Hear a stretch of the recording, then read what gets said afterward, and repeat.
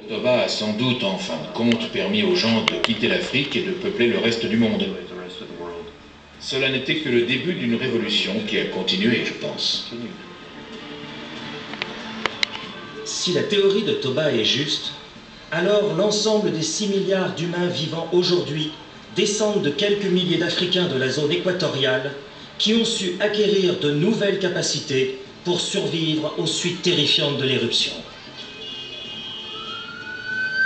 Alors, y a-t-il des leçons à tirer pour nous au XXIe siècle? Si le supervolcan Toba a créé notre civilisation moderne, pourrait-il aussi la détruire?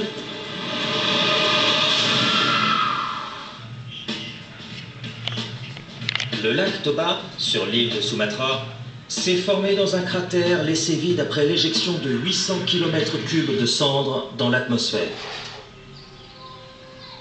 De nos jours, c'est un endroit paisible, habité par des communautés de pêcheurs et visité par des touristes intrigués par ce vaste lac et ses sources d'eau chaude qui sont un des rares rappels de son passé volcanique. Mais ce calme pourrait être brisé à tout moment dans cette région à haute activité sismique.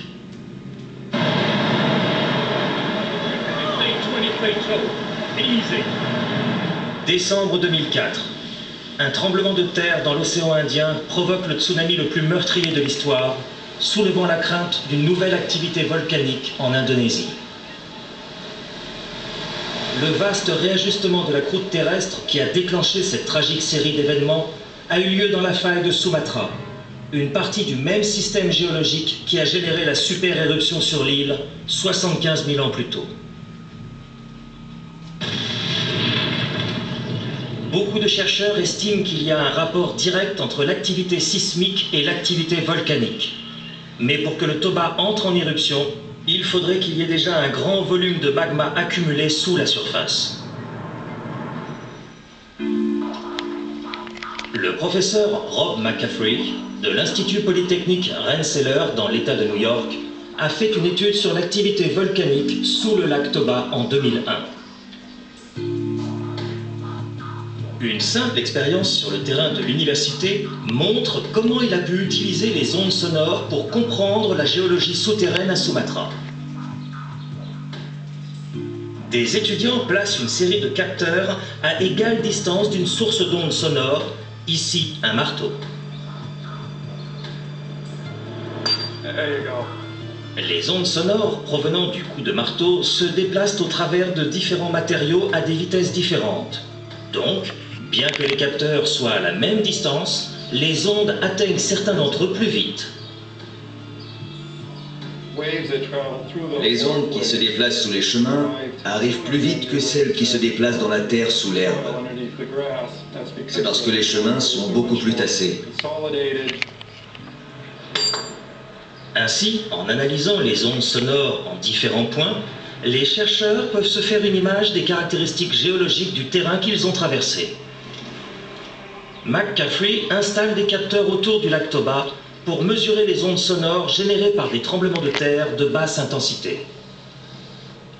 Ces mesures révèlent un immense système volcanique profondément enfoui sous le lac. Nos résultats tomographiques suggèrent qu'il y a deux chambres séparées, une grande au sud et une plus petite au nord. Et il y a une alerte. Il y a des signes d'une nouvelle activité à Toba. Si nous interprétons correctement les choses, on dirait qu'aujourd'hui du magma alimente directement la cavité et régénère le volcan. Il y a encore de l'activité volcanique sur le site de la plus grande éruption des 2 derniers millions d'années. Pour déterminer si une nouvelle éruption majeure est imminente, les experts cherchent des signes révélateurs de mouvement dans le sol au-dessus de la chambre de magma. En 1993, McCaffrey avait pris des mesures GPS de positionnement tout autour du lac Toba. En 2001, il est retourné sur le site pour chercher des changements en surface.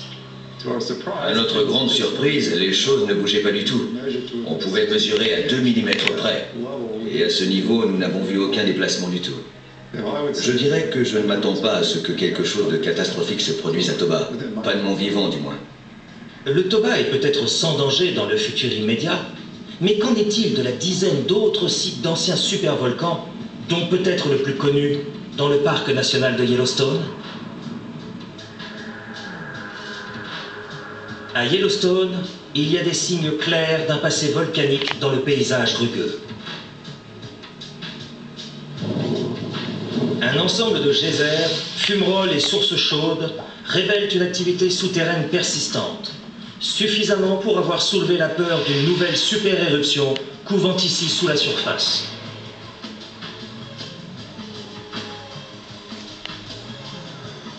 Le problème est que nous n'avons pas d'indication de ce que sont exactement les signaux d'alerte pour ces événements cataclysmiques.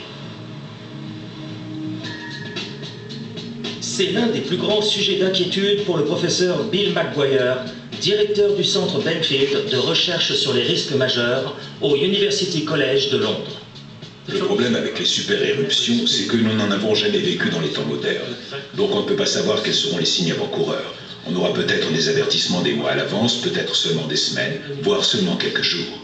On ne sait même pas où la prochaine super-éruption risque de se produire. Elles peuvent avoir lieu là où il n'y en a jamais eu avant.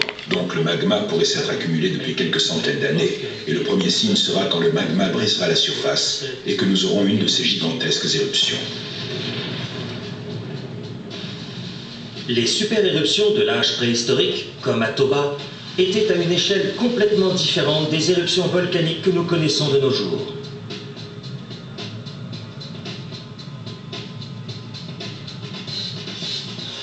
Si cette boule représente le volume de matériaux éjectés par le Pinatubo, une des plus grandes éruptions du XXe siècle, alors cette balle de basket représente la quantité de matériaux éjectés par l'éruption du Toba.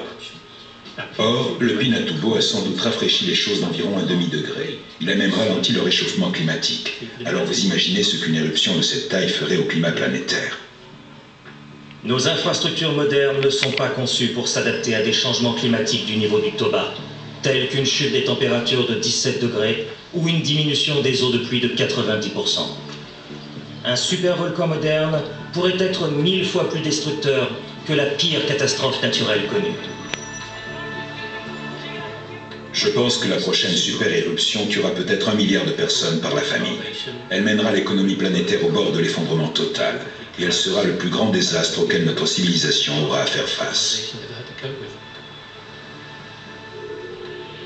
Les dimensions impressionnantes de la caldeira du Toba sont un rappel effrayant du pouvoir de la nature. La super-éruption qui s'est produite ici il y a 75 000 ans a peut-être menacé le devenir de l'espèce humaine tout entière.